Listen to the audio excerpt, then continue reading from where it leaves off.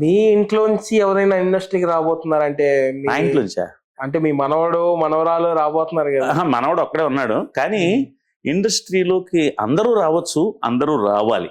కానీ తెలియదు ఏంటంటే, మనం ఒకవేళ ఇండస్ట్రీలో సెటిల్ అవ్వకపోతే మన బ్రతుకు ఏమిటి అనేది ఆలోచించకుండా ఇండస్ట్రీకి చాలా మంది వచ్చేస్తున్నారు. ఇప్పుడు ఒక యంగ్ కుర్రాడు ఉంటాడు, వాడు గ్రాడ్యుయేషన్ అయిపోతుంది. గ్రాడ్యుయేషన్ అయిపోయిన వెంటనే ఆర్టిస్ట్ అయిపోదాం, హీరో అయిపోదాం అని వచ్చేస్తాడు. వచ్చేసిన తర్వాత ఎన్నాళ్ళు తిరుగుతాడు? 45 ఏళ్ళు వచ్చి దగ్గర తిరిగేస్తాడు. ఏం అవ్వలేదు. అప్పుడు వాడి పరిస్థితి ఏంటి? అయోమయం.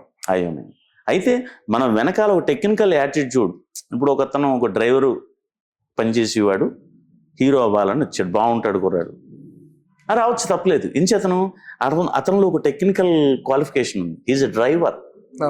ఆ బొంగు సినిమా వేషాలు దొరకకపోతే డ్రైవర్గా పోతాడు.